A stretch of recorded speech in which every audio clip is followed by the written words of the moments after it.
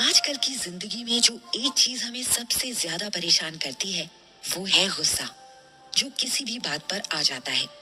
गुस्सा हमारे शरीर और मन को कितना नुकसान पहुंचाता है, ये सब हम बचपन से सुनते आए हैं। ऐसे ही कृष्ण से एक दिन भीम ने अपने गुस्से को लेकर सवाल किया, क्योंकि भीम को काफी ज्यादा गुस्सा आता था।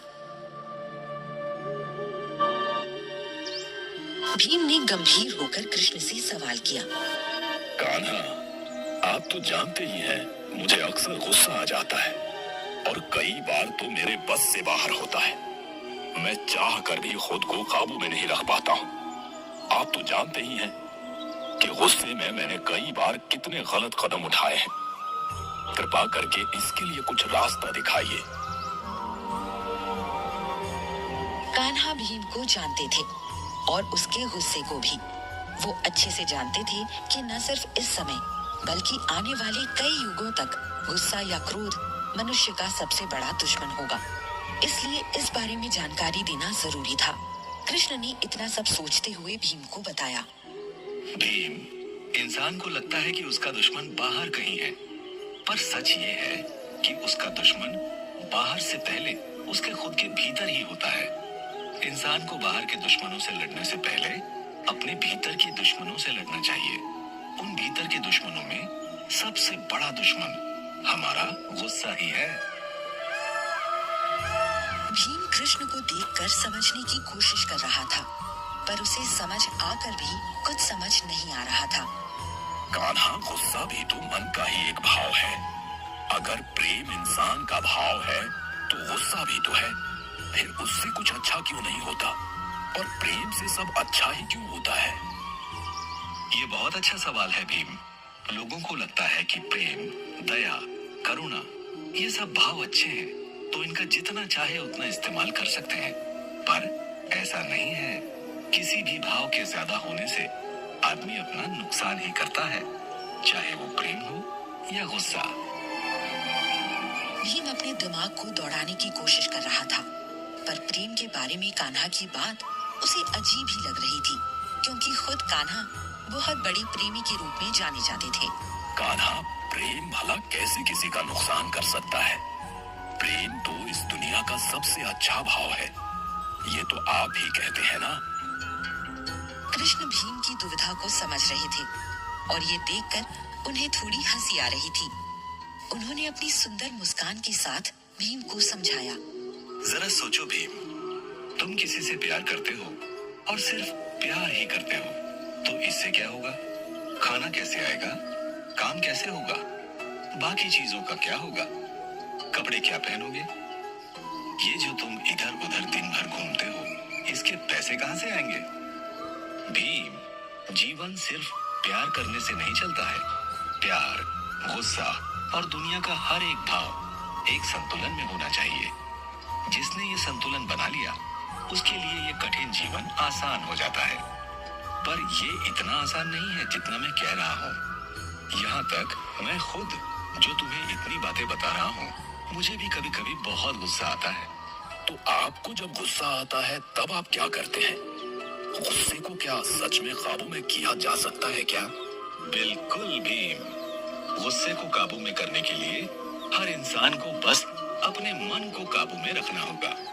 और अपने गुस्से को समझने के लिए सबसे पहले ये समझना होगा कि हमें किन बातों से गुस्सा आता है, किस समय गुस्सा आता है, और गुस्सा आते ही हम सबसे पहले क्या करने की कोशिश करते हैं। इन सब बातों को सोचते ही पहले तो तुम्हें ये समझ में आ जाएगा कि कई बार हम कितनी बेतुकी बातों पर गुस्सा होते हैं, या फिर कई बार बड़ी लड़ाई कर बैठते हैं।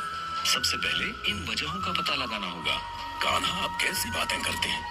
भला कोई गुस्सा करते हुए ये सोचेगा कि मुझे गुस्सा किस वजह से आ रहा है? वो तो सीधे गुस्सा करेगा ना। कृष्ण ने एक बहुत सुंदर मुस्कान भीम को दी। सही कह रहे हो भीम जी, पर अपने ऊपर काम करने वाले इंसान और बस यूं ही जीवन जीने वाले इंसान में यही तो फर्क होता है। जिसे ये अपना जन्म सुधारना है और अपने गुस्से पर काबू पाना है, वो सबसे पहले हर वक्त सजग रहना शुरू करेगा। इस बात पर सजग रहना कि किस घटना से हमारे भीतर कौन से भाव पैदा हो रहे हैं ये करना बहुत अभ्यास का काम है, पर जब हम इसे करने लगते हैं तो 2 ही दिन में इसका असर दिखने लगता है। उस अभ्यास में हम ऐसा क्या कर सकते हैं जिससे हम अपने गुस्से को अपने काबू में कर सकें? पिछली कई सदियों से आदमी अपनी सांसों को काबू में रखकर सब कुछ कर लेता रहा है। हर भाव का संबंध हमारी सांसों से जुड़ा है। तुम देखते होगे कि जब हमें गुस्सा आता है तो हमारी सांसें कितनी तेज हो जाती हैं और एक किस्म की बेचैनी हमारे शरीर में होती है।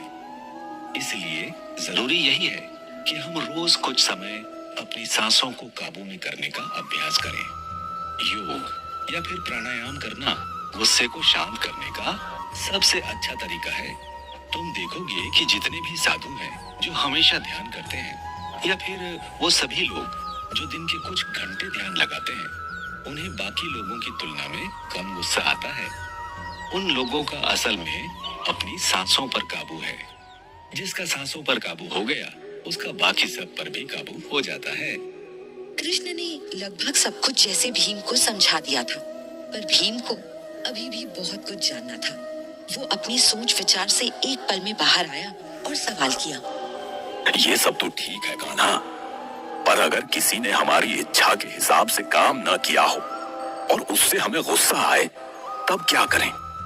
कई बार लोग ऐसी गलतियां कर देते हैं कि दिमाग खराब हो जाता है और गुस्सा आना लाजमी हो जाता है। इसके लिए क्या तरीका है कान्हा? किसी भी गलती के लिए उस पर चिल्लाना या गुस्सा करना सबसे आसान है, बल्कि उसे माफ करना या फिर उसे समझाना बहुत मुश्किल। हर आदमी गलती पर सिर्फ डांटता है, समझाता कोई नहीं।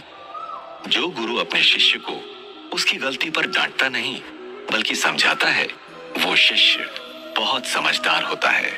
जबकि डांटने वाले गुरुओं के बच्चों का आत्मविश्वास कम हो जाता है और वो कुछ नहीं कर पाते।